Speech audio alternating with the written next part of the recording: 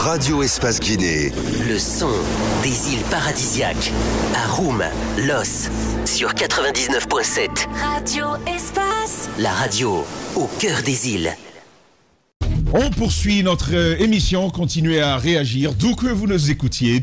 Nous ferons la responsabilité de rendre à l'antenne votre avis, votre réflexion sur ces sujets que nous évoquons. Nous finissons avec le sujet de l'éducation, cette fois avec celui des incendies. Antoine Kourouma, ça va en faire un autre, un incendie de trop. Il y en a eu plusieurs ces derniers temps. Bien entendu, nous gardons encore en mémoire celui que tu as eu, toi, Antoine Kourouma. C'est toujours dramatique d'en parler, surtout quand on sait ce que cela renferme. Et hier, j'ai vu ces images de Yimbaya, où un père de famille, son épouse et leur enfant ont péri dans cet incendie. Et on a vu dans quelles conditions cela est arrivé. Et on apprend qu'ils ont été asphyxiés. Ils se sont réfugiés apparemment dans les toilettes pour éviter pour certainement tenter de se sauver. Mais malheureusement, ça n'a pas été possible. Mais l'une des images qui m'a marqué hier, c'est l'image de Safiatou Diallo, la fille de la victime, du monsieur. Du monsieur, oui. Qui est élève et un candidat au BEPC, qui était en plein examen lorsque le drame survenait. Et en plein examen. En plein examen. Elle n'était pas au courant. L'incendie est survenu. Son père est parti la déposer le matin. Oui, elle était en situation de classe. Wow. Et lorsque la nouvelle a circulé, le maire de la commune n'a pas voulu qu'elle apprenne la nouvelle de façon brusque. Donc il a mis en œuvre une stratégie en allant la faire chercher à l'école. Tout ce temps, elle n'était pas au courant. On l'envoie à la mairie de Matoto. On l'a fait asseoir dans le bureau du maire. Et puis on la taquine, on échange avec elle. Et j'ai aimé ce reportage de Suri Kandia, qui était très vivant, où on a fait durer un suspense, où le maire lui-même tentait de faire causer la petite, voir comment elle va, comment s'est passé l'examen et tout cela. Et après ça, on l'a fait sortir du bureau pour l'envoyer à la maison. Et arrivé là, on l'a fait vivre les faits, on l'a mis devant le fait accompli. Et là, quand elle a constaté l'incendie et le monde avec les tentes devant la maison, elle a dit, maman, papa, vous imaginez ce qu'il y a. J'ai pas pu me retenir quand j'ai vu ces images-là. La petite Safiatou a été envoyée à la maison avec les autorités et tout cela.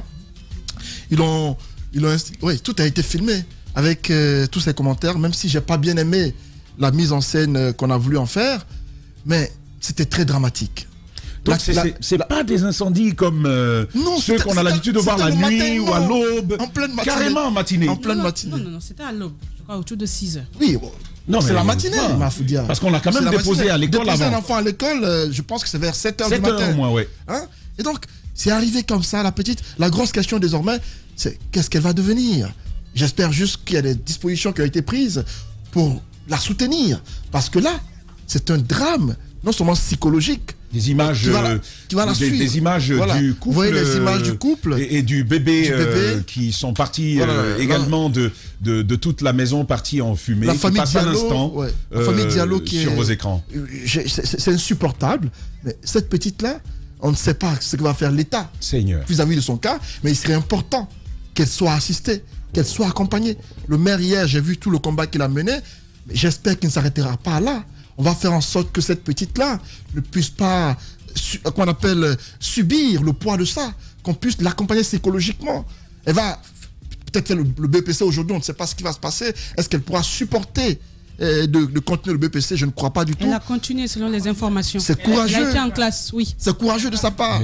Mais avec quelle morale? Elle n'a plus le choix. Avec quelle morale? Donc j'espère que l'État va faire quelque chose, parce que là, elle a besoin du soutien de tout le monde. Et l'État, et les citoyens, tout le monde peut quelque chose. Maf, ça c'est, je sais pas comment on décrit ça, c'est cette expérience de la fille. Ton père, tu déposes au matin. C'est dramatique. Et tu rentres à la maison, c'est fini. C'est dramatique ce qu'elle vit. Je pense que son véritable soutien sera Dieu. Je le dis en tant que croyante. C'est Dieu qui saura l'aider à travers bien d'autres personnes.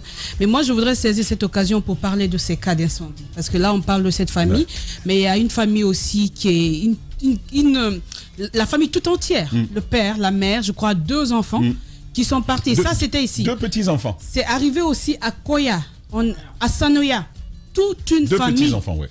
Et là, si on continue à citer, on en citera beaucoup. Ça devient de trop. Mais je vais te laisser continuer, Maf. Il y a une scène comme ça qui est survenue avec un de nos frères, un de nos grands frères, avec ses enfants, sa femme à la maison. Il y a eu du feu. Il est allé ouvrir la porte principale, ça ne s'ouvre plus, parce qu'il y a beaucoup de chaleur. Il repart vers la porte de secours. Il essaie, mais il ne peut même plus toucher. Ça ne marche pas, il y a du feu qui vient. Ils vont s'enfermer dans une pièce. La femme s'occupe de tous les enfants. Et le monsieur utilise son pied pour détruire l'antivol. Et c'est comme ça qu'ils vont réussir à sortir les enfants par un bout de la fenêtre, un par un, jusqu'à ce que les voisins viennent leur porter secours. Ça pose quand même la question des incendies, la question de la construction. Ça, c'est également d'autres problématiques. Exactement. Des installations à l'intérieur des maisons. Ça implique beaucoup de choses. Pour nous qui sommes à la rédaction, tous les matins, on est appelé par des personnes qui nous demandent de partir parce qu'il y a eu incendie. Il y en a, heureusement, ils ne perdent que des biens, comme le cas d'Antoine. Il y en a, ils perdent beaucoup plus que cela. Mais quand les biens là aussi, des fois, c'est l'investissement de toute une vie qui part. Chaque fois qu'il y a incendie, justement, nous parlons d'installation. Nous parlons de la construction. Nous parlons de la responsabilité parce qu'on en parle peu. La Guinée fait partie des rares pays où moi j'ai vu, parce que souvent quand je sors, je m'amuse à regarder les chaînes, où il y a très peu de sensibilisation sur l'utilisation des appareils électriques dans les foyers. Il en faut permanemment. Quelqu'un, par exemple, qui branche un fer à repasser, il est important de se rassurer que c'est débranché. Il n'y a pas ces sensibilisations, on n'en a pas. Ça, il faut le dire 1000 fois, que EDG, que le ministère de l'Énergie, il faut de la sensibilisation. Les gens à cela aussi. Au lieu de nous tympaniser avec des reportages sur, par exemple, un président qui fait ci, un président qui fait ça, un président roi, apprenez aux Guinéens comment se protéger face au banditisme. J'ai même vu des sensibilisations quand j'étais au Ghana, mais toute une journée sur, par exemple, lorsque vous soupçonnez un bandit ou lorsque vous êtes attaqué, qui est-ce qu'il faut appeler? Un viol, par exemple, beaucoup d'autres choses. Quand quelqu'un a un accident, quand il y a une crise devant vous, quelles sont les actions? Il y a beaucoup de choses à faire. On n'a pas cette sensibilisation. Maintenant, sur les installations. Mais qui est-ce qu'on prend aujourd'hui pour aller installer dans nos maisons? Ils ne savent même pas quelle qualité de fil il faut mettre. C'est des gens, c'est des voisins, c'est des enfants. Pendant ce temps, moi j'ai dû tout reprendre. On refuse au niveau de l'éducation. Depuis que Antoine a perdu sa maison, de mettre l'accent. J'ai repris toutes les installations. Pendant qu'on est là à se fatiguer avec des filières qui ne nous rapportent pas, il y a des filières qui peuvent nous rapporter, comme quand par exemple la construction, l'installation, et il y a des écoles professionnelles. Mais qu'est-ce qu'on fait pour valoriser cela, pour que la Guinée... La victime là, monsieur, c'est un électricien. C'est un électricien. Et par rapport à ça, il y a quelque chose que j'ai entendu dans le reportage hier. C'est cette comment on appelle, multiple branchements là. C'est-à-dire quand vous êtes dans un quartier où il est possible plusieurs phases. 3 phases, il paraît là. 3 phases, il y avait. Il y a beaucoup de choses en fait quand on parle de ces drames-là. Il est important qu'il y ait un peu de responsabilité dans ce pays. C'est inadmissible, ça devient de trop. On va suspendre ce débat à partir de là. Dès qu'on reprendra, nous le poursuivrons. Bien entendu, on parlera des sapeurs-pompiers. Je me rappelle que le véhicule des sapeurs-pompiers qui était chez Antoine s'est éteint. On a dû l'aider à redémarrer. C'était la même chose à Sanoya. On évoquera justement leur travail, mais également le maire de la commune de Matoto, Mamadou Batos Camara, prendra la parole ce matin et il nous expliquera tout ça et d'autres sujets viendront. Nous entendrons Aboubacar Souma, président de GDE. Avec lui, on évoquera le calendrier de la transition et beaucoup d'autres sujets à venir, y compris celui de Orange Guinée. Orange Guinée, on en parlera encore et encore. Continuez à réagir. Vos avis seront relayés dans la deuxième partie de cette émission. À très vite. Véritable success story de la radio Espace Guinée, les grandes gueules, détentrices des meilleurs scores radio en Guinée, de la meilleure émission talk show, a donné le créneau horaire du départ au bureau et du retour à la maison, récoltant depuis des années consécutives le titre d'émission la plus écoutée en Guinée, toutes catégories confondues. Un grand total de plus de 5 millions d'auditeurs ont été fidèles au talk show Les GG, diffusé jour après jour sur toutes les stations du réseau Adafo Média de 9h à 10h30, un exploit qui restera longtemps dans les annales de la bande FM en Guinée. On revient donc avec vous, Ahmed Camara. C'est vous qui deviez avoir la parole. Et pendant ce temps, on va tenter de joindre le maire de la commune de Matoto, Mamadou Batos Camara, sur ces événements. Allez-y, mon cher Ahmed. Alors, je voulais commencer d'abord par les sapeurs-pompiers. C'est bien, vous avez bien fait de le signaler. Pas plus tard qu'hier, je parlais de protection civile. Tant qu'on ne revoit pas cette question aussi dans ce pays, on va continuer à enregistrer des cas de mort. Parce que quand il y a des accidents, par exemple, le fait de prendre des gens et les mettre toujours, comme je le dis, dans des taxis ou dans les magbana, on contribue à les tuer. Quand il y a des incendies et que ce sont les populations qui doivent toujours éteindre, la contribution peut toujours exister. Mais si ça revient aux populations, ça ne marche pas. Mais Sanoya, je pense qu'il faut... Ahmed, Sanoya, c'est un parent à nous. Celui qui est mort, son épouse et ses 2 petits-enfants, c'est un parent à nous. Le véhicule est arrivé. Les sapeurs, déjà qu'il est arrivé en retard, c'était déjà fini. Mais il est arrivé, ça s'est éteint. Et c'est quand tout est fini que le véhicule s'est... Ce n'est pas du tout normal. C'est ce que je dis. C'est dans ce pays où vous voyez des gens qui disent non, écoutez, je veux aider le pays. Ils payent des sapeurs, des camions citernes pour les incendies. Et quand il y a des incendies, on les appelle. C'est le cas de cette usine de Topaz. Quand il y a des incendies, tellement le pays, les autorités ont démissionné. Ce sont des particuliers maintenant qui aident les populations. On ne peut pas continuer à vivre ainsi. Donc je pense que c'est un aspect qu'il faut revoir. La question des installations. Dans un pays, il y a ce qu'on appelle les normes. Les normes doivent exister. Et ces normes-là, il faut les faire respecter à travers l'importation des câbles que nous avons. Nous n'en fabriquons presque pas, parce que je crois qu'il y a une usine qui avait commencé à fabriquer. Ça s'appelle l'usine de Viviraka. Voilà. Donc je crois qu'ils avaient commencé à confectionner ici, mais nous faisons beaucoup l'importation. Et cette importation doit être réglementée. Il faut des normes. Il faut que la Guinée ait des normes. Quand on construit en Guinée, qu'on nous dise voici les 2 types de câbles ou les 3 types de câbles qu'on doit utiliser et que tout le monde utilise.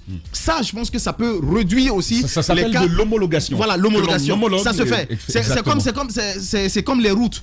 C'est comme les routes. Une fois, j'ai posé la question à un responsable comme ça. Et il m'a dit, bon, de toute façon, on n'avait pas eu la réponse sur place, mais il m'a dit qu'il allait voir et on allait nous informer. J'ai posé la question. On nous dit toujours, oui, on a fait des travaux ici, par-ci, par-là, mais ça se dégrade. J'ai dit, mais est-ce qu'on a une norme? Les routes en Guinée, c'est quoi la norme exactement? On doit avoir, c'est comme si on disait un cahier des charges national. Donc ça doit exister. Les antivols.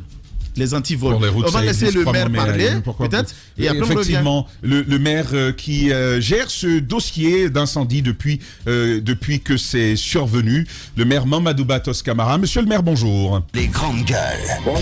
Bonjour. Merci de vous prêter à nos questions ce matin. La première va aller à Jacques Léwaleno. Allez-y. Alors, monsieur le maire, c'est un drame qui survient dans votre municipalité. Vous avez bougé hier pour aller d'abord à la rencontre de cette jeune fille. D'abord, dans un premier temps, comment est-ce que vous pouvez nous décrire la scène? Quelles sont les informations de première main que vous avez sur ce qui se serait passé? Merci beaucoup. Merci tous les journalistes. Et avant tout, d'abord, permettez-moi de présenter mes condoléances à toute la Guinée suite aux différents drames survenus dans notre pays. C'est hier vers les 6h moins, j'ai reçu un coup de téléphone provenant d'un de mes gardes communaux, m'informant qu'il y a un cas d'incendie, d'interpeller directement la protection civile. C'est ce qui fut fait. Et le matin, je me suis rendu sur le lieu. Donc, j'ai rencontré le propriétaire de la concession, qui m'a expliqué les faits en disant que c'est vers les 6 heures que la fille a fait ses préparatifs pour aller directement pour son examen. Il pleuvait et elle a laissé sa mère, son père et son petit frère dans la chambre. Donc il y a eu un court-circuit qui a pris les effets dans le salon. Du coup, les parents ont été chiffotés par la fumée. Donc, du coup, j'ai essayé de joindre le journaliste Kanya, d'évasion et d'autres qui sont venus. J'ai essayé de dire à Kandja, maintenant, cherche-moi à identifier la fille. Kandja s'est mis à la tâche pour aller directement identifier la fille dans son centre, au niveau de Michelle Obama, à Dar Salam. Donc, quand les examens, ils ont terminé les examens, Kandja m'a appelé. Monsieur le maire, j'ai retrouvé la fille. Je dis d'accord, si tu as retrouvé la fille, il faut circonscrire la fille pour ne pas que les gens puissent l'alerter. Et je lui conduisais directement dans mon bureau. La fille est venue dans mon bureau, elle était étonnée. Je lui ai dit que j'aurais appris que vous avez fraudé dans la salle. Elle dit, je dis oui, je sais qu'on m'a fait savoir que vous avez fraudé. Mais comment vous vous êtes retrouvé dans mon bureau? Donc, on l'a donné la place. Directement, j'ai mon assistant qui lui a commencé à lui poser la question. Et qu'est-ce que vous avez fait aujourd'hui? Ils ont fait la géographie. Et le sujet était quoi? Donc, après ça, moi, je suis venu. Ça trouvait déjà que mon chef de quartier qui est à Tanen et Marché m'a appelé pour me dire que et la maman et le mari sont tous chez lui. Parce que c'est là-bas où ils ont grandi, ils ont fait toute leur enfance. Que c'est de l'autre côté, ils viennent passer la nuit seulement. Donc, je lui ai posé la question, les obsèques se passeront où? Il dit que c'est chez lui, les obsèques vont se passer. Je dis d'accord. Donc après, j'ai appelé Kandja. Je dis voilà. Déjà, on a essayé de maîtriser la fille. Elle est innocente, elle ne connaît rien pour le moment. Mais on ne va pas dire qu'on va laisser la fille sous la main sans qu'elle ne soit au courant. Je dis ça va jouer mentalement sur son esprit. Parce qu'on ne va pas lui priver de la maison. Et la maison, elle ne peut pas aller là-bas aujourd'hui vu que la circonstance est là déjà. D'accord. Donc je dis maintenant, essayez de conduire la fille dans la grande famille. D'accord. Et c'est comme ça, la fille est allée dans la grande famille. À l'instant où je vous parle, elle est dans la salle de classe. Elle est en train d'affronter le sujet de mathématiques. D'accord. Mamadouba Tos Camara, maire de la commune de Matoto. Allez-y, Maf. Alors, on en vient à ce qui s'est passé dans la maison. Est-ce que déjà, vous avez des éléments sur ce qui serait la raison, la cause de l'incendie? Et aussi, c'est quoi le programme d'inhumation? Qu'est-ce qui est prévu pour les corps? C'est quoi la suite? Bon, au fait, pour ce qui est déjà la cause, c'est le court-circuit. Bon, je ne rentre pas trop dans le détail, les causes réelles des court-circuits, parce que nous sommes dans l'émotion avec le décès là, c'est pas facile. Seuls les spécialistes seront donner les raisons réelles, mais ce qu'on nous a fait savoir, c'est le court-circuit. Les obsèques, hier, l'inhumation a été faite dans la grande famille. Voilà. D'accord. Est-ce que... Allez-y, Antoine, allez-y. Et pour ce qui est de la jeune fille, qu'est-ce qui est prévu? Est-ce qu'il y a des dispositions prises pour sa prise en charge et pour la suite? Et moi, je veux bien savoir c'est quoi son état ce matin, parce que vous nous dites qu'elle est en classe, elle est en train d'examiner. C'est quoi finalement son état, rien qu'à l'observation, son état psychologique? Bon, moi je pense que déjà l'état, le fait de partir dans la salle, on attendra d'abord, mais pour le moment elle est partie, elle est sereine, d'après les informations que j'ai reçues. Elle est sereine, elle est en train de faire l'examen. Maintenant, pour ce qui est, comme Antoine l'a dit, la situation future de la fille, n'oublie pas aussi que nous sommes dans une famille africaine. C'est vrai, on n'a pas nos mamans ni nos papas, certains aujourd'hui, mais la famille reste toujours la famille. Hein? Le plus souvent, il y a certains enfants qui sont élevés, qui ne connaissent pas leur maman ni leur papa. Donc, je pense que dans la famille, il y a toutes les dispositions quand même qui seront prises pour la petite. D'accord. Allez-y.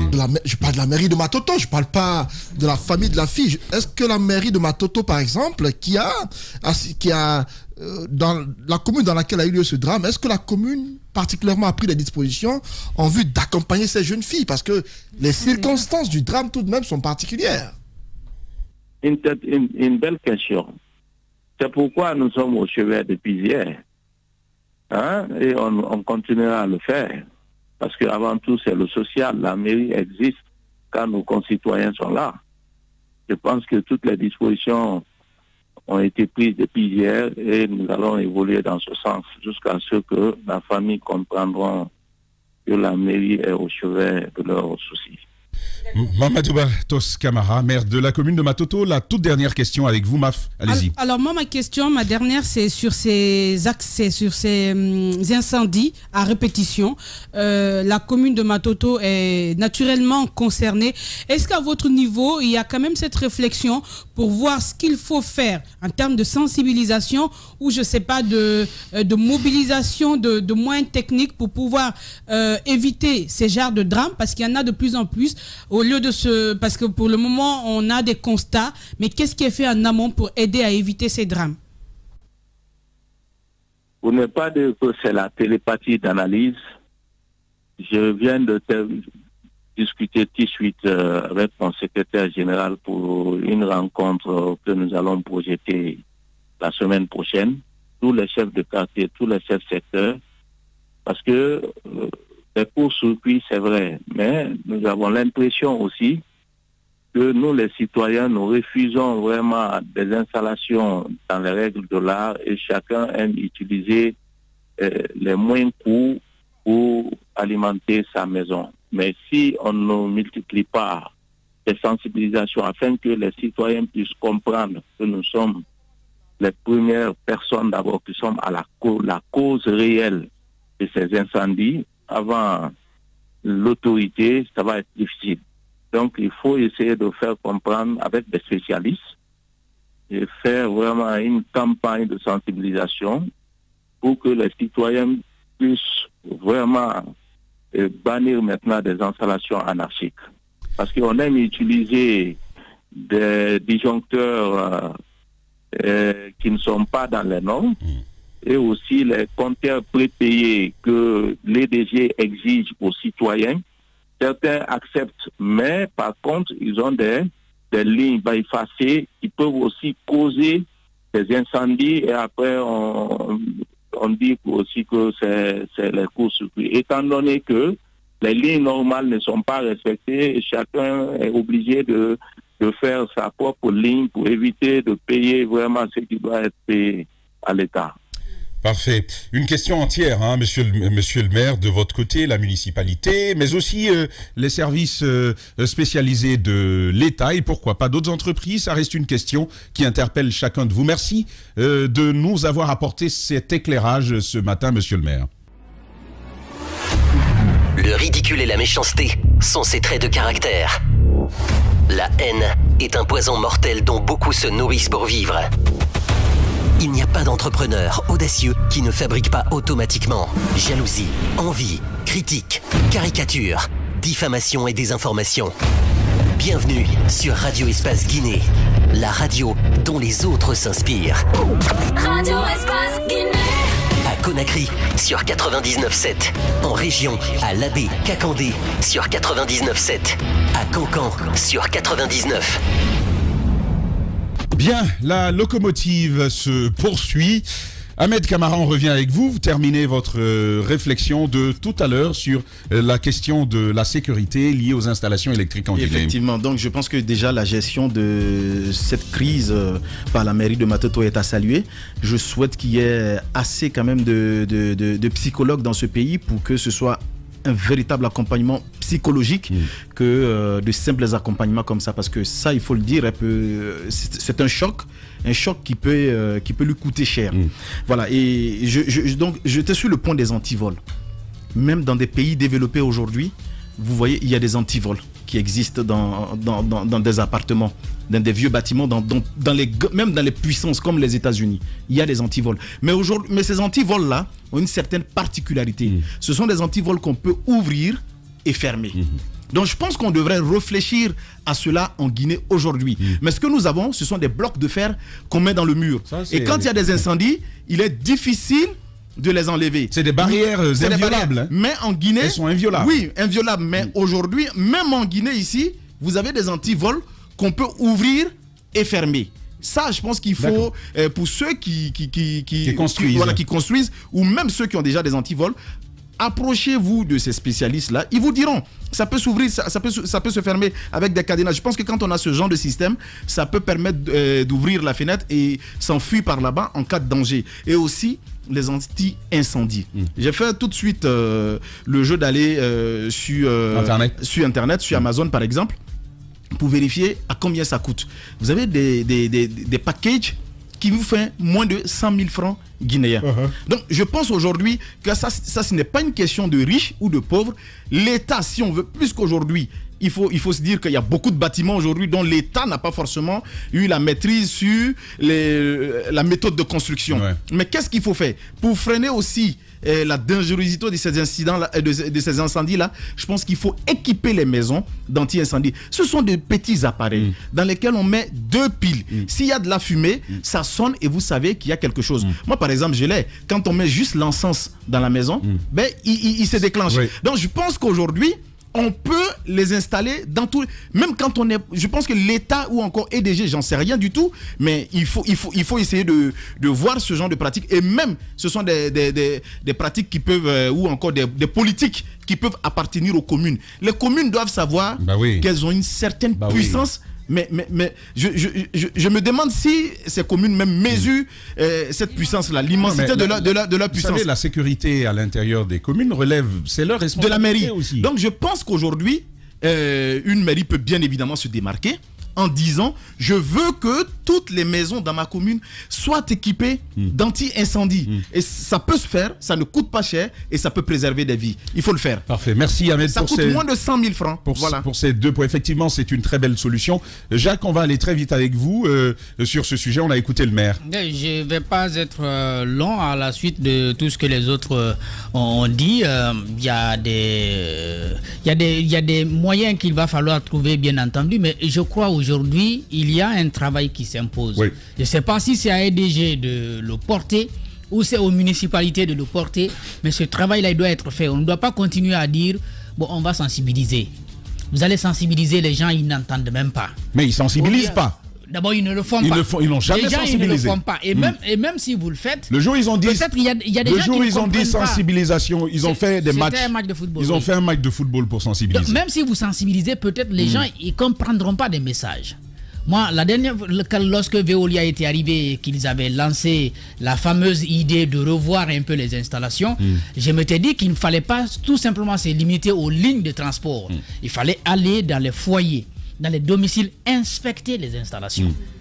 Il faut faire de l'inspection pour voir quelles sont les installations qui sont adaptées et puis corriger. Parce qu'il faut qu'on considère maintenant les incendies dans notre pays comme un phénomène de société. Auquel un gouvernement doit faire face.